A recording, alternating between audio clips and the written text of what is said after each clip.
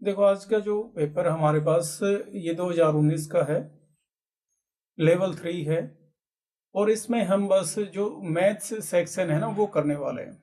जो maths part है बस वो करेंगे सोल्व। तो चलो स्टार्ट करते हैं हम क्वेश्चंस।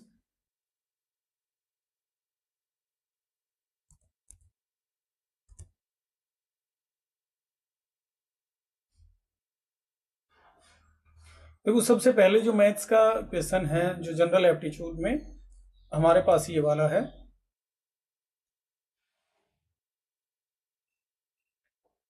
क्या दे रखा है इसमें? 3 लड़कों की औसत आयु कितनी दे रखी है? हमारे पास 16 दे रखी है। तो इसका मतलब टोटल इनकी एज है वो कितनी है, यानी सभी का जोड़ कितना है। जब औसत दे रखी है ना और 3 लड़कों की है तो इनका गुणा कर दो। 16 दूनी 32, 16 तिया 48, यानी उन सभी का जोड़ कितना है? 48। उनकी आयु का अनुपात ये वाला दे रखा है, ठीक है। तो सबसे छोटे लड़के की आयु कितनी है, यानी छोटा ये वाला अनुपात है ना, तो इसका मतलब क्या है? 4। और इनका योग कितना बनेगा हमारे पास? 5 और 4 9, और 9 और 7 16, ठीक है। अब रियल में ये है हमारे पास, ये तो अनुपात के हिसाब से हो गया, रियल में 48 है तो कितनी आ जाएगी हमारे पास?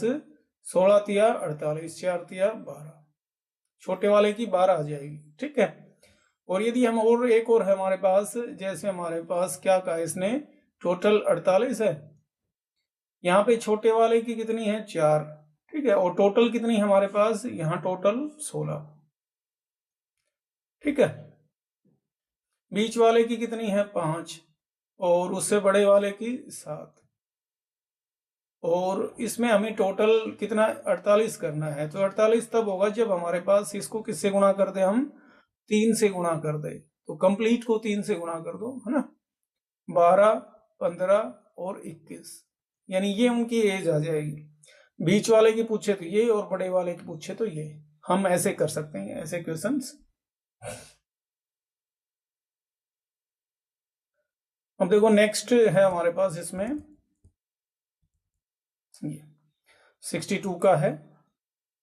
किसी परीक्षा में 60% विद्यार्थी अंग्रेजी में तथा 70% गणित में उत्तीर्ण हुए, 20% विद्यार्थी दोनों विषयों में फेल अनुत्तीर्ण है। तो ऐसे क्वेश्चन में एक बार थोड़ा ध्यान रख लेना आप। हम जो वेन डायग्राम बनाएंगे वो फेल का बनाएंगे, ध्यान रख लेना। दोनों विषयों की बात कही है ना, तो उसमें क्या है, हम ये वाले का वेन डायग्राम बनाएंगे। तो ये तो 20 हो गया हमारे पास, ठीक है। 60% जो विद्यार्थी हैं अंग्रेजी में पास है, यानी 40% है, बाकी जो बच गए वो फेल है, ठीक है। सेम ऐसे गणित में 70 पास है तो 30% है वो फेल है। यहाँ हमारे पास इंग्लिश और यहाँ हमारे पास मैथ्स। तो इनको लिखेंगे तो हमारे पास क्या आ गया? दोनों में फेल 20 हैं और फेल कितने हैं इंग्लिश में? 40, ठीक है। तो यहाँ पे 20 बच गए, यानी केवल इंग्लिश में जो फेल हैं वो 20 हैं। अब इधर हमारे पास मैथ्स में फेल कितने हैं? 30%, और दोनों में 20, यानी बच गए 10। 10% है ना बच्चे, वो केवल मैथ में फेल है, केवल मैथ। देखो मैथ और केवल मैथ में फर्क है। इन केवल मैथ का मतलब ये है कि मैथ में फेल है, इंग्लिश में वो पास है, ऐसे। अब क्या कहा इसने कि 2500 विद्यार्थी दोनों विषयों में उत्तीर्ण रहे हैं, दोनों में पास हैं, तो कुल विद्यार्थियों की संख्या है वो बतानी हमें। तो इसका मतलब हमारे पास ये है, फेल वाले कितने हो गए टोटल मिला के, कैसे भी करके चाहे फेल हो, 50 हो गए, है ना। यानी 50% फेल है हमारे पास, ये आ गया हमारे पास। अब यानी इसका मतलब पास कितने हैं? 85% पास है हमारे पास, ठीक है। यानी हमारे पास क्या है, इसका 50%, यानी 50% कितना है हमारे पास?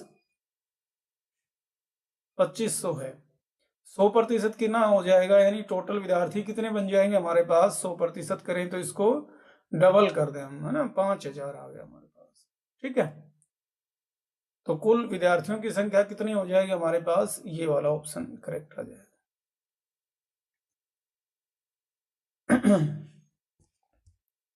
देखो नेक्स्ट है हमारे पास, ये रीजनिंग का है, ये और वीडियो में हो जाएगा, हम सिर्फ आज मैथ्स का करते हैं बस।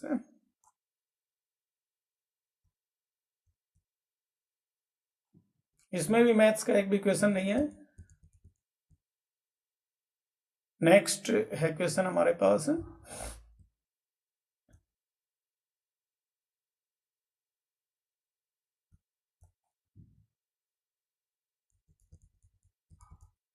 ये वाला है हमारे पास मैथ्स का क्वेश्चन।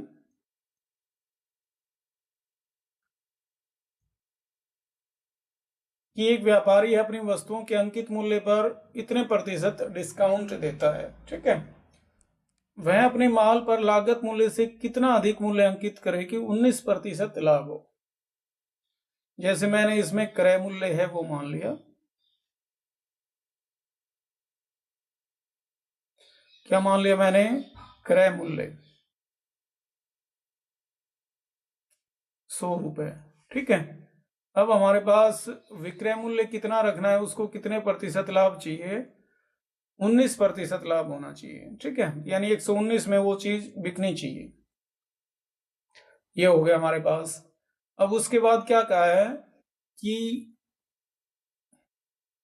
वह अपने माल पर लागत मूल्य से कितना अधिक मूल्य अंकित करे कि उसे इतने रुपए लाभ हो, मतलब डिस्काउंट वो दे रहा है कितना, 15% का डिस्काउंट उसको देना है। ठीक है,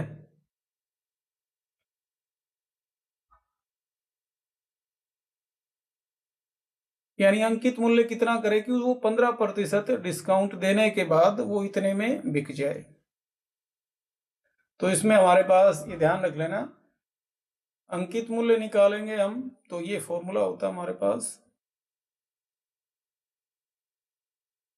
ये विक्रय मूल्य हो गया और 100, और नीचे हमारे पास 100 माइनस डिस्काउंट। ठीक है, ये है हमारे पास। तो यहां से अंकित मूल्य कितना करेगा वो देखो एक बार, 100 आ गया, विक्रय मूल्य कितना रखना है 119, और ये कितना हो गया, डिस्काउंट 15% देना है उसको, यानी 85 आ गया। ठीक है,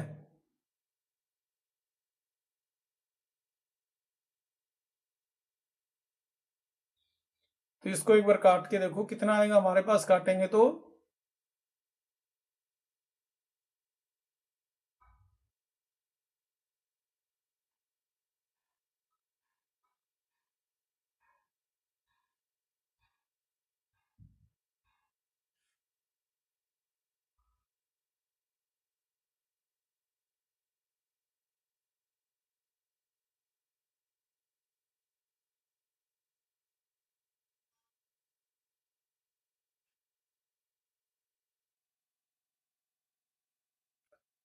हम देखो ये हमारे पास काट रहे हैं, इसको कितने पे कटेगा, ये 17 को 5 से करेंगे तो 85, और 17 को 7 से यहाँ ये कट जाएगा।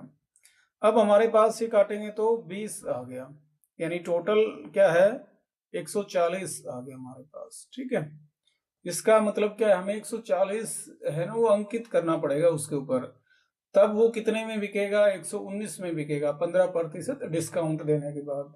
और इसका मतलब अब उसको 19% बेनिफिट हुआ है, तो टोटल कितने का मतलब कितने ज्यादा करना पड़ेगा, 100 से 140, यानी 40% है उसको ज्यादा लिखना पड़ेगा उसको। ठीक है, तो ये क्वेश्चन हो गया हमारे पास।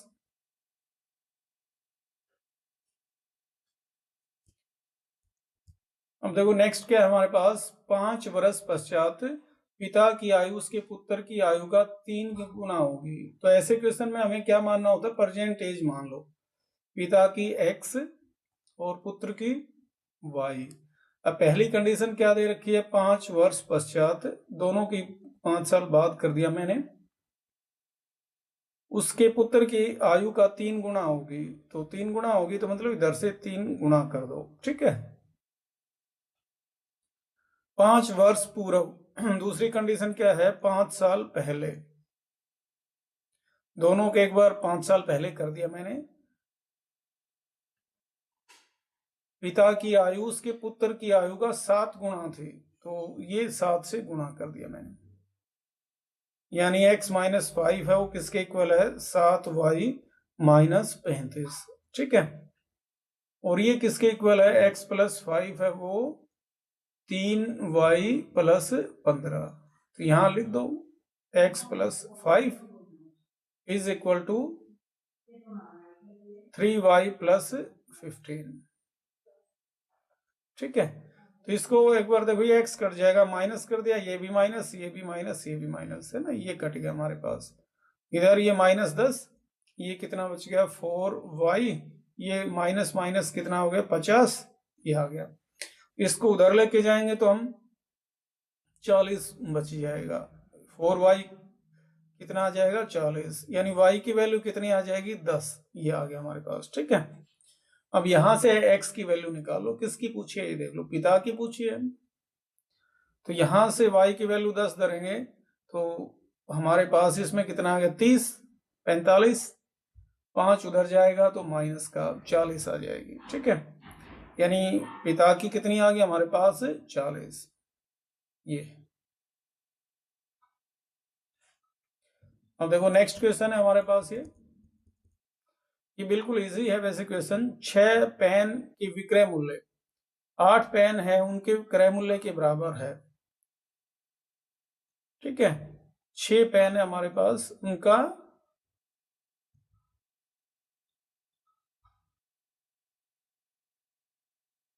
विक्रय मूल्य किसके बराबर है हमारे पास, 8 पेन के क्रय मूल्य के बराबर है।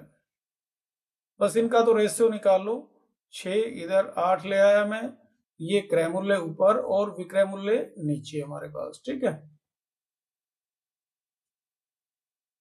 काटेंगे तो क्या आ जाएगा हमारे पास, ये 3 और ये 4, यानी एक चीज का प्रॉफिट हो रहा है। यहाँ क्रय मूल्य 3 है तो यहाँ पे विक्रय मूल्य 4 है, ठीक है। यानी प्रॉफिट कितने का हो रहा है, एक का। कितने पे हो रहा है, कितनी चीजों पे, 3 पे, ठीक है। लाभ प्रतिशत बताना है हमारे पास तो 100 से गुणा कर दो बस, है ना।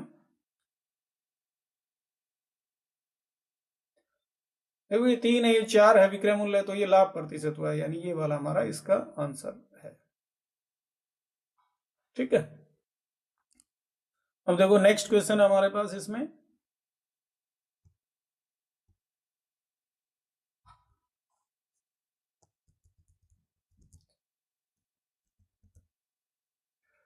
यदि ये चीजें दे रखी है हमारे पास, x की वैल्यू चाहिए, है ना, यानी 2x प्लस 7 अपॉन 5 माइनस है हमारे पास फिर 3x plus 11 upon 2 is equal to 2x plus 8 upon 3 minus 5।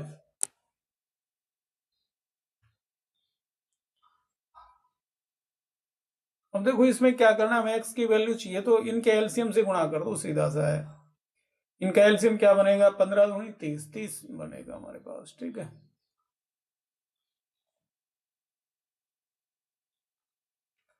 तो ये 5 6 30, 6 को इससे गुणा करेंगे तो 12x और 42, ठीक है, माइनस इसको 15, 15 तिया 45 x माइनस 15 को इससे करेंगे तो 15 एकम 15, 165, ठीक है, इज इक्वल टू, अब 30 10 को इससे गुणा करेंगे तो हम कितना आ जाएगा 20x प्लस 80। अब इसको इसके नीचे कुछ है ही नहीं तो सीधा गुणा हो जाएगा हमारे पास माइनस 150। अब ये वाली सारी चीजें इकट्ठी कर लो बस, है ना।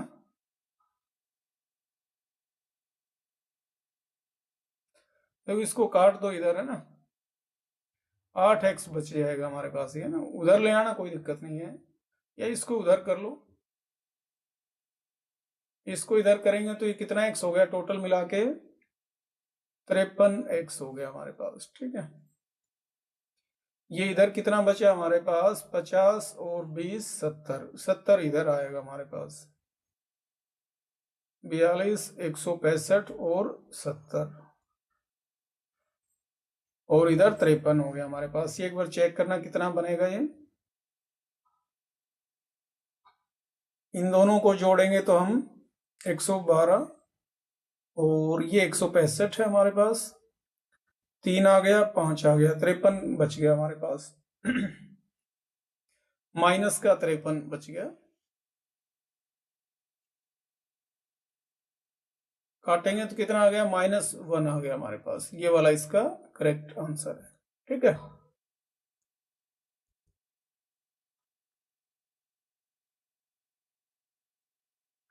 अब देखो नेक्स्ट क्वेश्चन हमारे पास इसमें क्या है कि एक बेलन का वक्र पृष्ठीय क्षेत्रफल कर्व सरफेस एरिया कितना दे रखा है। ये कर्व सरफेस एरिया क्या होता है 2πr/h इज इक्वल टू 264 तथा आयतन ये दे रखा है हमारे पास है ना, क्या होता है आयतन πr² इज इक्वल टू 924। बस ये है हमारे पास, तो सीधा सा इनको डिवाइड कर दो, रेशियो चाहिए कुछ भी चाहिए हम अपने आप निकाल लेंगे। ठीक है, ये कट गया हमारे पास, पाई कट गया, एक आर कट गया, इसको काट दो एक बार है ना, 132 आ गया हमारे पास। अब ये कटेगा, ये 13 7 91 ये कट जाएगा। ठीक है, 7 पे कट गया, यानी ये आर नीचे और ये भी आर नीचे, इसका मतलब आर कितना आ गया 7 आ गया हमारे पास। ठीक है, और इसने व्यास की बात कही है, तो व्यास कितना आ गया इसका, डायमीटर है वो डबल हो जाएगा। अब हमारे पास दोबारा से एक बार h की वैल्यू चाहिए, अनुपात है ना हमारे पास इसकी ऊंचाई, यानी हमें d के नीचे h चाहिए, ये वाला चाहिए, तो d तो हमने निकाल लिया, h और चाहिए 2π यानी 22/7, r कितना है 7, h हमें निकालना है 264, कटे उसको काट दो, 7 तो कट गया हमारे पास, 11 दूनी 22, 11 दूनी 22, 11 चौक 44, ये 4 है, 4 6 24, यानी हाइट कितनी आ गई हमारे पास 6, इसको इससे भाग देंगे तो हम कितना आ गया हमारे पास 7 और ये 3, यानी ये आ जाएगा हमारे पास, व्यास ऊपर चाहिए ना, व्यास और फिर नीचे हाइट, तो व्यास ऊपर है नीचे हाइट, तो ये वाला हमारा इसका आंसर हो जाएगा।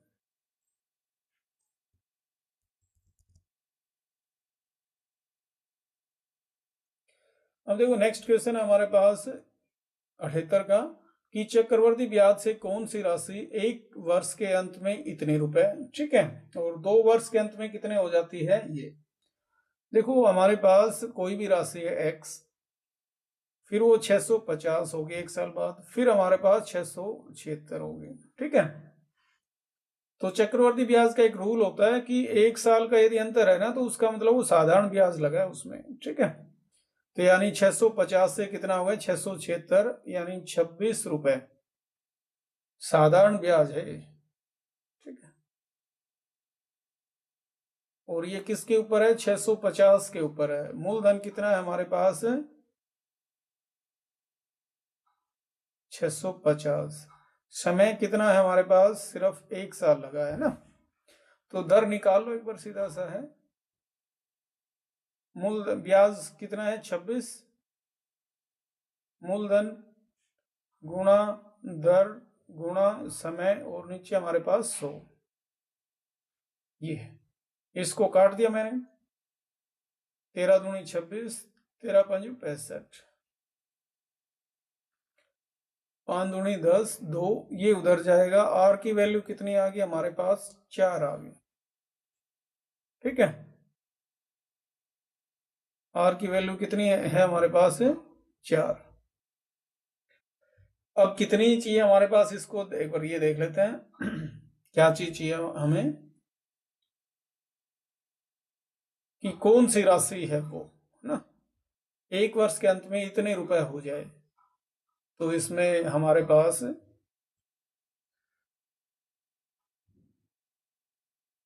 यानी 650 रुपए हो जाए। हम यहाँ लगा देंगे चक्रवर्ती ब्याज वाला फॉर्मूला। 650 रुपए मिश्र धन, कौन सी राशि है यानी एक्स, और 1 प्लस आर कितना है 4, नीचे 100, और 1 साल के अंत में।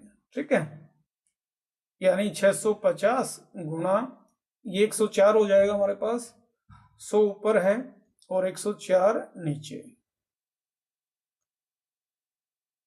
यहां x आ जाएगा, यानी कौन से वो रुपए हैं वो। अब देखना इसमें कटे उनको काट दो। ये तो 52 आ गया है ना, ये 50 आगे, ये 26, या 13 से काट दें, 13 दूनी 26, 13 चौक 52, 13 पंजू 65। ठीक है, इसको और काटेंगे तो ये 25 और ये भी 25। ठीक है, 25 को 25 से गुणा करेंगे तो ये हमारे पास आ गया 625, यानी x की वैल्यू कितनी आ गई हमारे पास 625।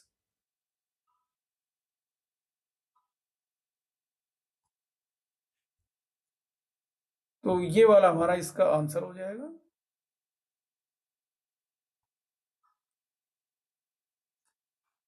ये क्वेश्चन थोड़े टफ हैं, ये सेशन वाले 2019 के सारे थोड़े टफ क्वेश्चन आए थे। अब देखो नेक्स्ट क्वेश्चन है हमारे पास, कि कोई धन साधारण ब्याज की एक विशेष दर पर 2 वर्ष के लिए उधार दिया गया। यदि ब्याज की दर 1% अधिक होती तो इतने रुपए अधिक मिलते। तो ऐसे क्वेश्चन में ध्यान रख लेना, इतने रुपए अधिक मिलते ना वो ब्याज ही है। ठीक है, और मूलधन पता नहीं कितना है, दर कितनी है, इतना अधिक किया है तो इतना अधिक मिला है ना, तो 1% मान लो। मूलधन गुणा दर गुणा समय कितना है 2 साल, और 100 भाग में आता है हमारे पास, है ना। ये काटेंगे तो ये कितना आ गया 120। इसको इधर गुणा करेंगे तो मूलधन कितना आ गया हमारे पास 12,000। ठीक है, ये ध्यान रख लेना आप, यानी ये वाला हमारा इसका आंसर हो जाएगा।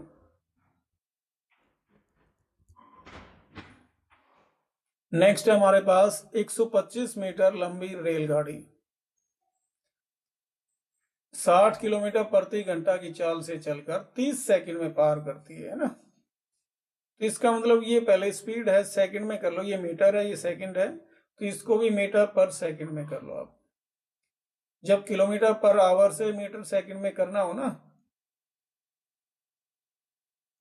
तो उसको 5/18 से गुणा करना होता है, ध्यान रख लेना, है ना।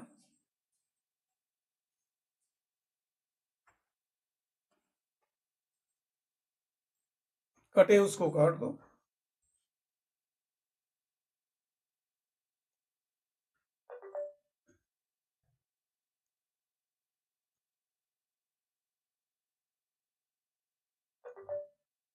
ठीक है, तो कितनी आ गई हमारे पास 50/3 मीटर पर सेकंड।